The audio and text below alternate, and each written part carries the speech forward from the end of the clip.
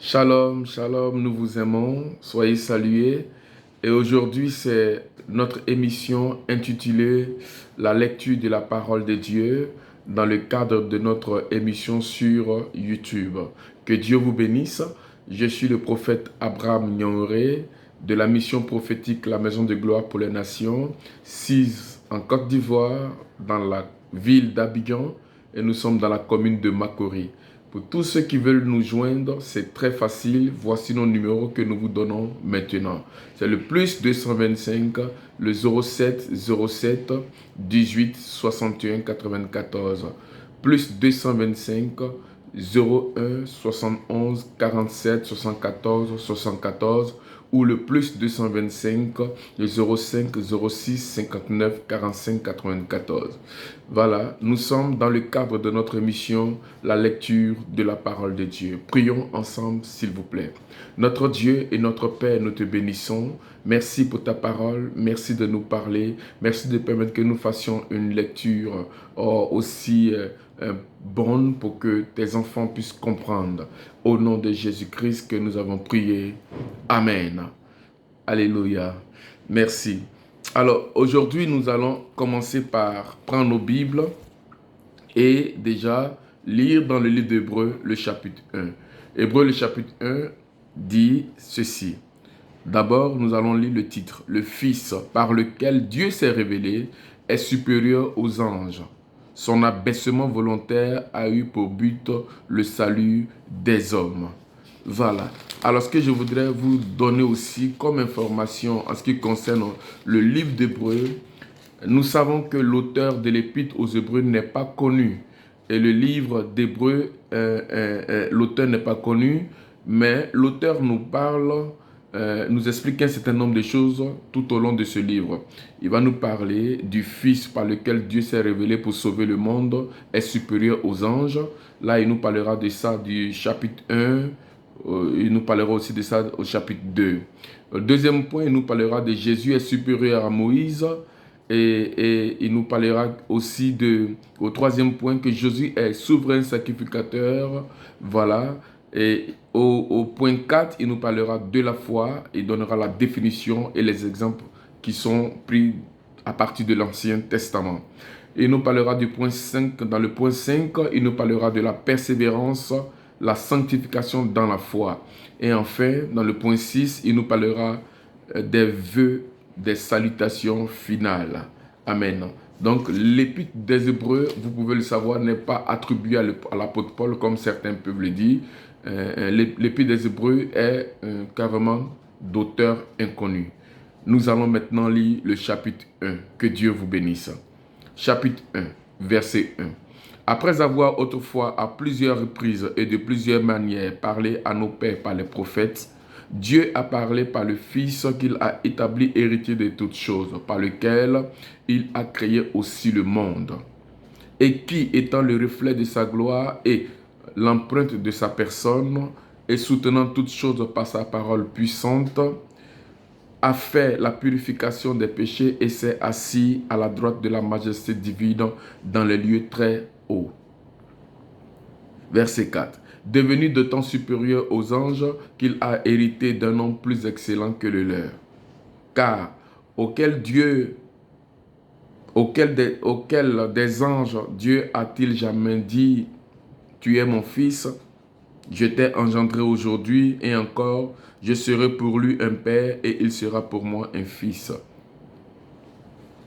Lorsqu'il introduit de nouveau dans le monde le premier-né, il dit que tous les anges de Dieu l'adorent. De plus, il dit des anges, celui qui a fait des anges des vents et de ses serviteurs des flammes de feu. Mais il dit au Fils, ton trône, ô Dieu, est éternel. Le sceptre de ton règne est un sceptre d'équité. Tu as aimé la justice et tu as haï l'iniquité. C'est pourquoi, ô Dieu, ton Dieu t'a oint d'une huile de joie au-dessus de tes égaux. Et encore, toi, Seigneur, tu as au commencement fondé la terre et les cieux sont l'ouvrage de tes mains. Ils périront, mais tu subsisteras. Ils vieilliront tous comme un vêtement.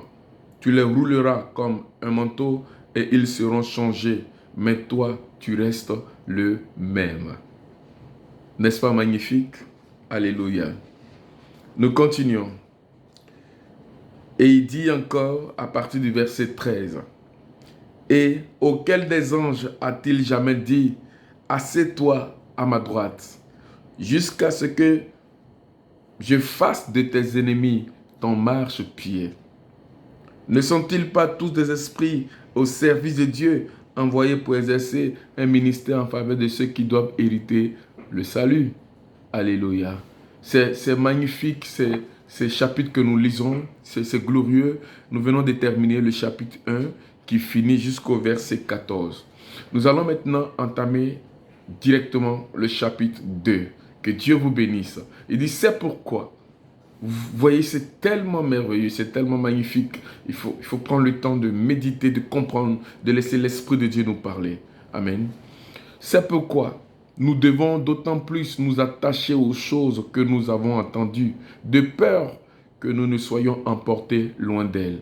Car si la parole annoncée par des anges a eu son effet, et si toute transgression et toute désobéissance a reçu une juste rétribution, comment échapperons-nous en négligeant un si grand salut qui, annoncé d'abord par le Seigneur, a été confirmé par ceux qui l'ont entendu? Dieu, appuyant les témoignages par des signes, des prodiges et divers miracles, et par les dons du Saint-Esprit distribués selon sa volonté. Amen. Nous continuons au verset 5. En effet, ce n'est pas à des anges que Dieu a soumis le monde à venir, dont nous parlons. Or, quelqu'un a rendu quelque part ce témoignage. Qu'est-ce que l'homme pour que tu te souviennes de lui? Ou le Fils de l'homme pour que tu prennes soin de lui? Tu l'as abaissé pour un peu de temps au-dessous des anges. Tu l'as couronné de gloire et d'honneur. Tu as mis tout sous ses pieds. En effet, en lui soumettant toutes choses, Dieu n'a rien laissé qui ne lui fût soumis. Cependant, nous ne voyons pas encore maintenant que toutes choses lui soient soumises. Mais celui qui a été abaissé pour un peu de temps au-dessus des anges, Jésus, nous le voyons couronné de gloire et d'honneur à cause de la mort qu'il a souffert.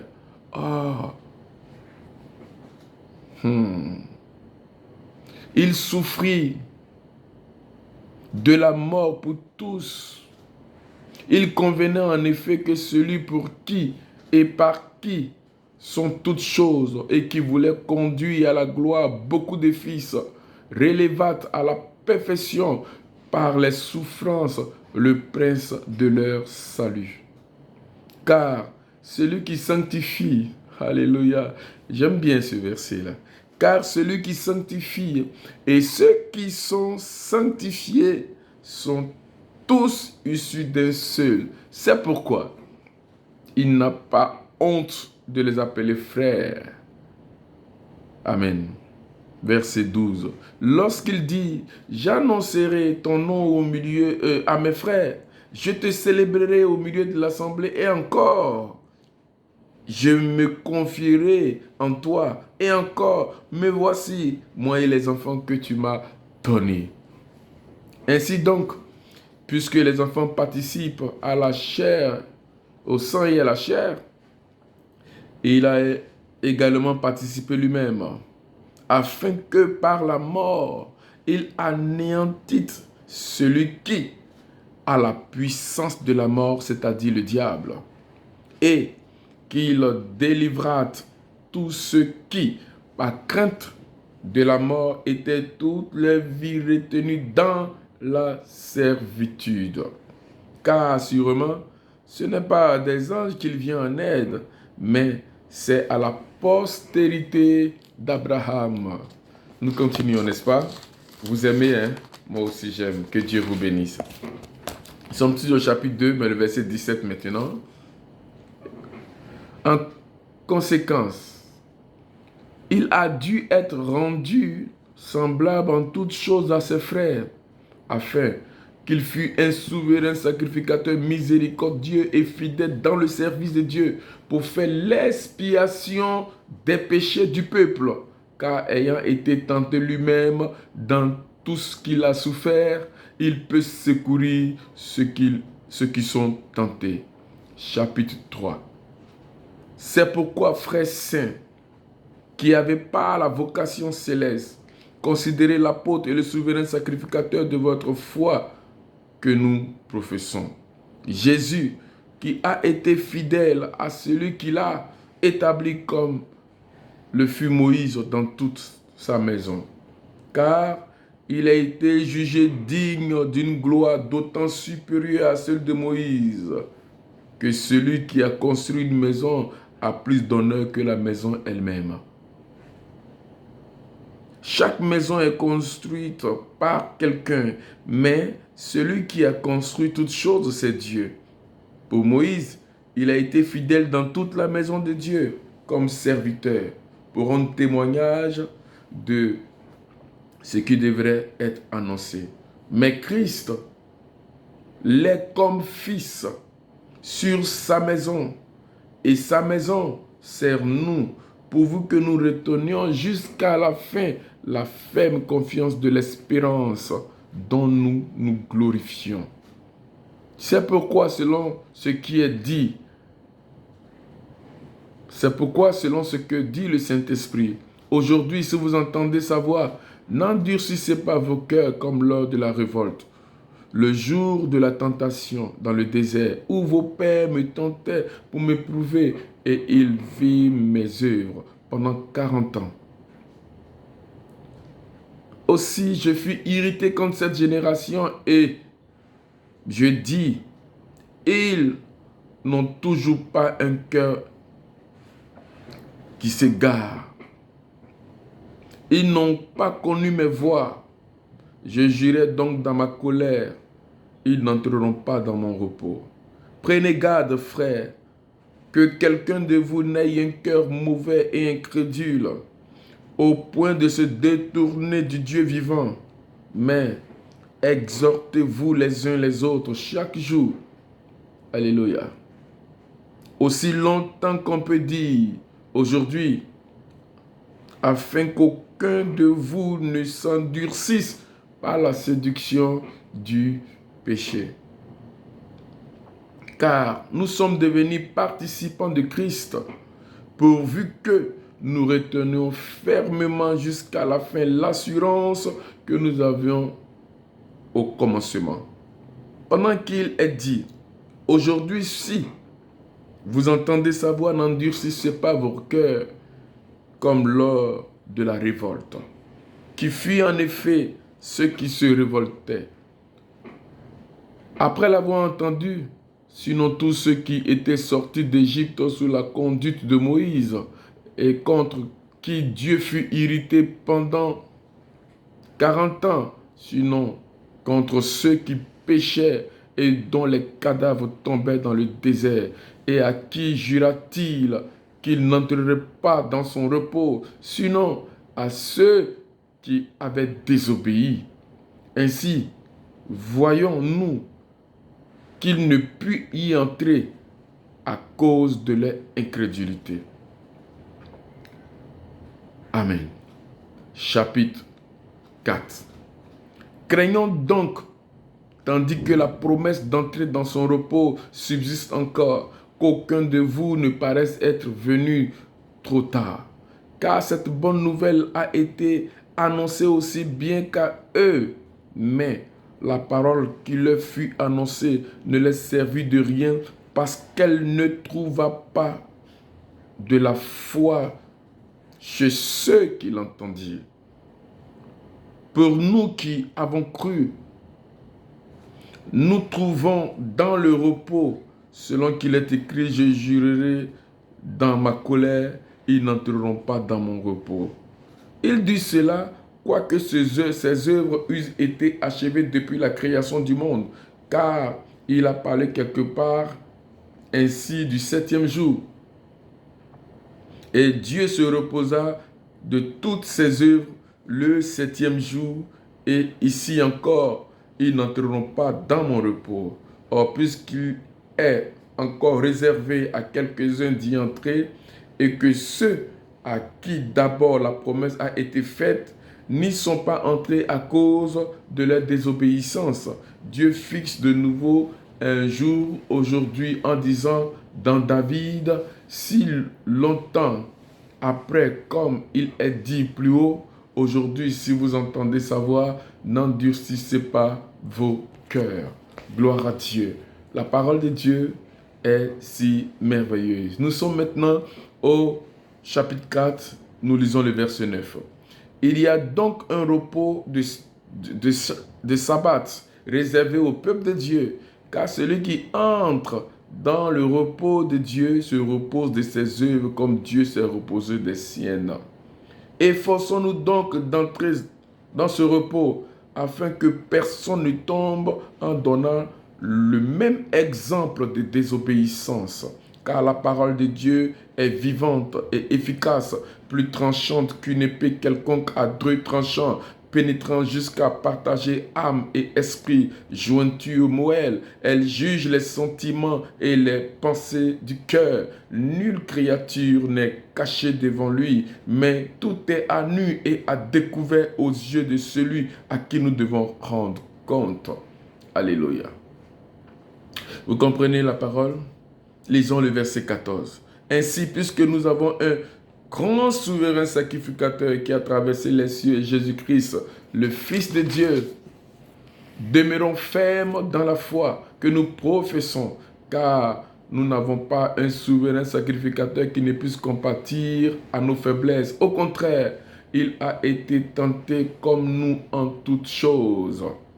Approchons-nous donc avec assurance du trône de la grâce, afin d'obtenir miséricorde et de trouver grâce pour être secouru dans nos besoins. Chapitre 5, nous lisons la parole. En effet, tout souverain sacrificateur pris du milieu des hommes est établi pour les hommes, dans le service de Dieu, afin de présenter des offrandes et des sacrifices pour le péché. Il peut être indulgent pour les ignorants et les égarer plus que la faiblesse est aussi son partage. Et c'est à cause de cette faiblesse qu'il doit offrir des sacrifices pour ses propres péchés comme pour ceux du peuple. Nul ne s'attribue cette dignité s'il n'est appelé de Dieu, comme le fut Aaron. Et Christ ne s'est pas non plus attribué la gloire de devenir souverain sacrificateur, mais il la tient de celui qui lui a dit, « Tu es mon fils, je t'ai engendré aujourd'hui. » Comme il dit encore ailleurs, « Tu es sacrificateur pour toujours selon l'ordre de Melchisédek. » C'est lui qui, dans les jours de sa chair, ayant présenté avec de grands cris et avec larmes des prières et des supplications à celui qui pouvait le sauver de la mort. Et ayant été exaucé à cause de sa piété, il apprit, bien qu'il fût fils, la désobéissance, l'obéissance par les choses qu'il a souffertes. Et qui, après avoir été élevé à la perfection, est devenu pour tous ceux qui lui obéissent l'auteur d'un salut éternel, Dieu l'ayant déclaré souverain sacrificateur selon l'ordre de Melchisédek. Nous avons beaucoup à dire là-dessus et des choses difficiles à expliquer parce que vous êtes devenus lents à comprendre. Vous en effet, qui depuis longtemps devriez être des maîtres, vous avez encore besoin qu'on vous enseigne les rudiments, les premiers rudiments des oracles de Dieu. Vous en êtes venus à avoir besoin de lait et non de nourriture solide. Or, quoique au lait n'a l'expérience de la parole de justice, car il est un enfant. Mais la nourriture solide est pour les hommes faits, pour ceux dont le jugement est exercé par l'usage à discerner ce qui est bien et ce qui est mal. Que Dieu nous bénisse aujourd'hui. Voilà où nous allons nous arrêter au chapitre 5. Nous avons lu Hébreux, le chapitre 1. Nous avons lu le chapitre 2. Nous avons lu le chapitre 3, le chapitre 4 et le chapitre 5. La semaine prochaine, par la grâce de Dieu, nous lirons le chapitre 6 jusqu'au chapitre 10 par la grâce de Dieu. Soyez richement bénis chez vous. Notre émission, la lecture de la parole de Dieu est terminée pour aujourd'hui. Shalom chez vous. C'était le prophète Abraham Nyoré. Nous vous prions de partager de manière exagérée, comme quelqu'un l'a dit, cette vidéo que vous allez bientôt recevoir, que nous allons mettre en ligne sur notre page YouTube.